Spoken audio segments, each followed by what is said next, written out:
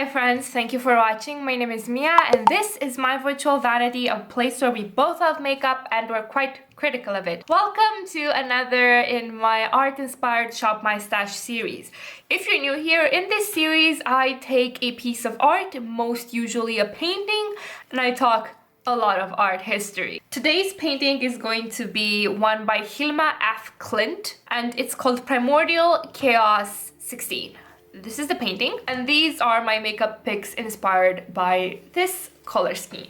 Let's get the boring stuff out of the way and start with base. For primer, I'm going to use the Catrice Prime and Fine Hydro Primer. I really love this. This is one of the best hydrating primers I found across all price points. For foundation, I'm going to use the Makeup Revolution Super Dewy Skin Tint. Don't trust the name.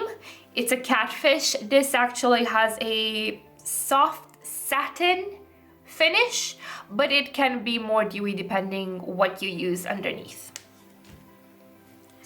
I'm going to use the Catrice Liquid Camouflage, my holy grail. This is the only concealer I have at the moment, so not like I had much choice anyway. Then we are going to use the Becca Undereye Color Corrector, unfortunately discontinued because Becca is dying.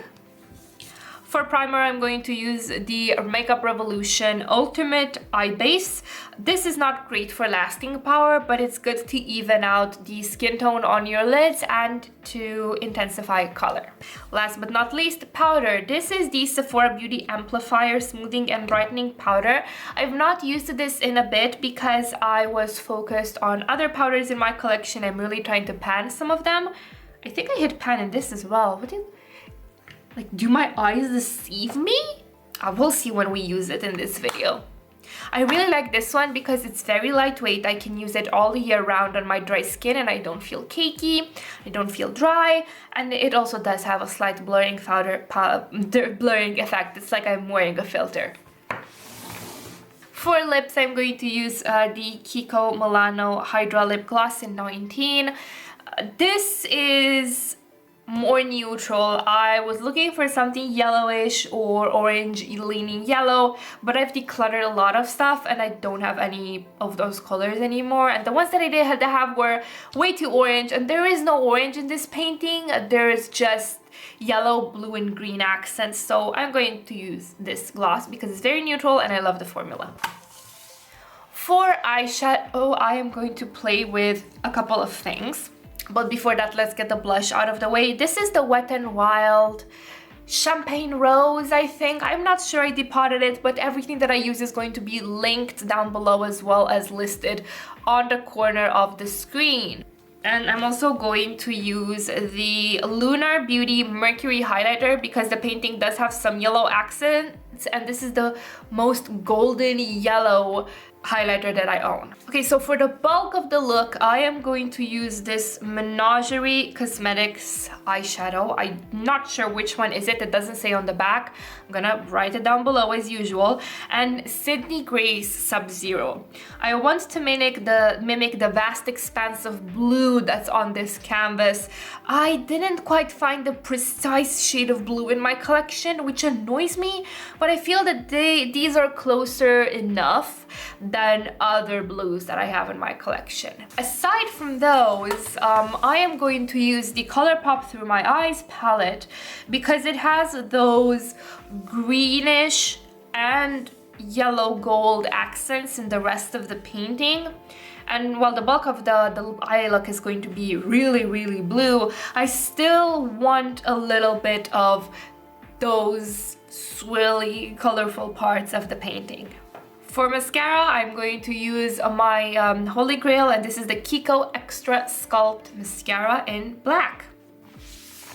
If I forgot to mention something, you will probably see it when I start doing the look.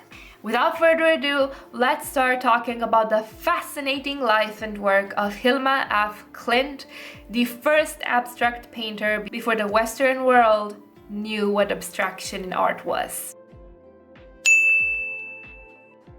Hi, and welcome to my bare face.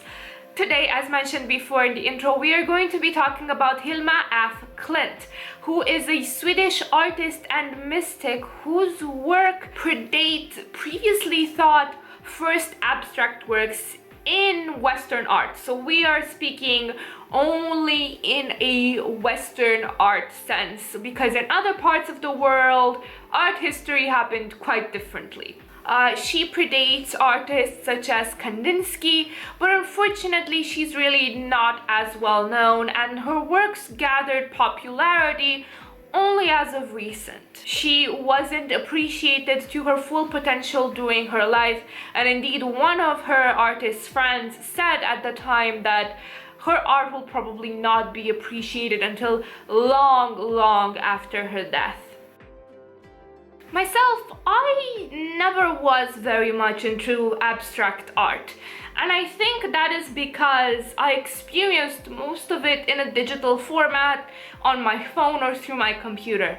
And a lot of abstract art isn't just about the color or the shape, but the size of the canvas, the energy in the brushstrokes, the texture, the contrast, things that you cannot accurately see if you are looking at it through a digital medium, through a screen. That's why you see a lot of people look at those, big black one color or white one color canvases, and they don't get why it's so popular. They say, I could have done this myself. But actually it's not true, because if you go and look at those in a museum, the scale, the way that you feel dwarfed by how big that canvas is, by the texture of each brushstroke, that's when you start appreciating it for what it is. For me, the turning moment when I really started appreciating abstract art was when I went to visit my sister-in-law in Sweden, and me and my fiance went to the Modern Art Museum in Sweden, and I did see some kooky stuff that I just simply could not understand the appeal of. And then I also saw some very compelling abstract art, including Hilma Af Klint's work. And her canvases vary from smaller to larger, and I felt that each size was impactful in its own way. The larger canvases really make you feel lost in her paintings, in the color and the energy, while the smaller ones, which usually feature her geometric work, there is just something so compelling about them. I can't quite put my finger on why they fascinate me so much. But yeah, she has become one of my favorite painters. Hilma Af Klint was part of The Five, which was a group of women that, ran in the same art social circles and were inspired by the same spiritual movement to create their works. The spiritual movement in question is called Theosophy. They all shared a belief of trying to contact higher spirits and getting, I wouldn't say divine inspiration, but rather spiritual inspiration regarding the world and life through seances, and then transposing that into various art forms. What exactly is Theosophy, and why did it inspire these women to create artworks, perform seances, and basically mess with some occult stuff that I honestly would not, because I have a sense of self-preservation? But then again, maybe this is why I'm not out here chasing the secrets of the spiritual universe, and this is why I will die in obscurity. But I'm not trying to get shadow people in my house. I'm not trying to get entities attached to myself. So it's a catch 2020. I stay safe, but nothing interesting happens. Anyway, Theosophy is a religion or spiritual belief created in the 19th century by Helena Blavatsky. It promotes a immationist cosmology. That means that they believe that the universe emanates from the absolute, so single divine, and that many human religions originate from an ancient religion or a secret doctrine. So for Hilma Af Klint, her paintings were beyond aesthetic. They were spiritual. They were a conduit and a carrier for her spiritual experiences and what she learned from those seances. She was formally trained. She went to art school and made art her living. And so there were two types of her art. She separated that professional art, which earned her money, and then the art of her heart, the spiritual art that wasn't appreciated and really didn't sell while she was alive. And you know, that always happens. Sometimes you just gotta be a sellout. You just gotta make what people want so you can eat. I'm not calling her a sellout, but like, this is the life of a lot of artists in today's time, where less so now with social media, where you can build yourself a following based on your pre-existing art, but even so, you have to offer the people what they want to be successful and earn a living, and sometimes what they want does not align with what you like to do. So as I said, there were two types of art. She was doing this traditional type of art style that had landscape, botanical drawings, paintings, portraits, and then her spiritual abstract work. And her spiritual abstract work and her spiritual work started after her sister Hermina died. And she became involved in Spiritism after she came in contact with the Theosophy of Madame Blavatsky and the philosophy of Christian Rosenkranz. She later met Rudolf Steiner, who was also a philosopher and an occultist. At the same art academy, she met the rest of the five, and they all met up and did Christian seances. So they were like reading passages from the Bible and then trying to contact the dead, which, you know, I don't know how that is not... Isn't that like blasphemy in Christian doctrine? Whatever, they met up and she created automatic drawings during those seances. Automatic drawings are basically drawings that you try to do subconsciously, that you don't think about. You let your hand move. They're like a means of expressing the subconscious. This led to her creating a unique geometrical art language or style that was meant to express both the material and the spiritual inner world. As above, so below, as they say in occultism. She explored religions, atoms, creation, inner and outer worlds, the connection between the two. She said that she felt she was directed by a force that would guide her hand. This force and the spiritual connection later led her to creating a series of 193, I stress, 193 paintings called The Temple. She meant to have these exhibited in a building that she would create that basically was like in a spiritual sort of pattern, so that you would start with the first painting and then go towards the rest as if you were going through evolution and existence itself until you reach that peak of knowledge, the meaning of it all, basically. So they were really meant to be digested and understood as a whole. That unfortunately never happened because starving artist. So the Temple is a series of paintings that is meant to express the knowledge of how all is one beyond the visible world, and is a metaphor for spiritual evolution.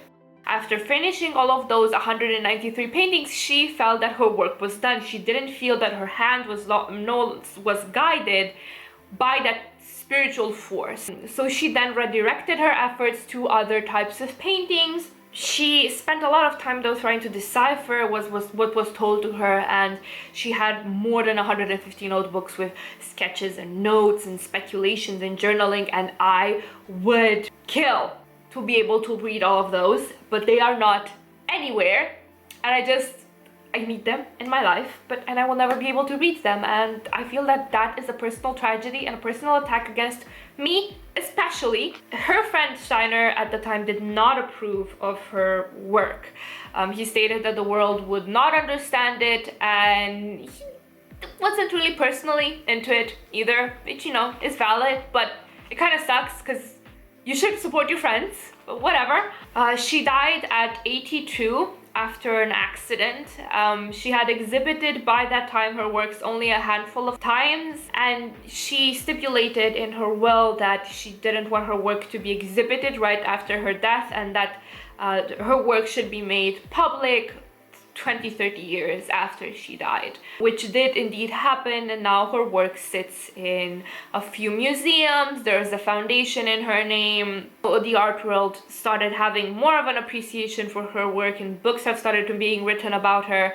Listen, It makes me so sad that she had so much to say, and she poured so much of her time and her effort and her soul into this work. That there were some important messages that she was telling the world, and the world was not keen to listen with their eyes. I'm a spiritual person. I don't subscribe to any one religion, but her works make me feel something. They teach me something. Every time I look at one of her paintings, I feel like I'm understanding something new, that something has been unlocked inside of me. And it makes me sad that more people didn't get to experience that because her work didn't get to enough people during her lifetime and after her death. So yeah, Hilma Af Klint, really cool lady. I love her art so much, and I hope that this video introduced you as well to her art, made you appreciate it, at least for the meaning that it had behind it, if not aesthetically, because you know, abstract art isn't everyone's cup of tea. Also, I would love to know if you have any favorite abstract painters. Please let me know down in the comments. Anyway, thank you guys so much for watching. Please don't forget to have a wonderful morning, evening, second breakfast, third lunch, or whatever it is where you're from. Bye!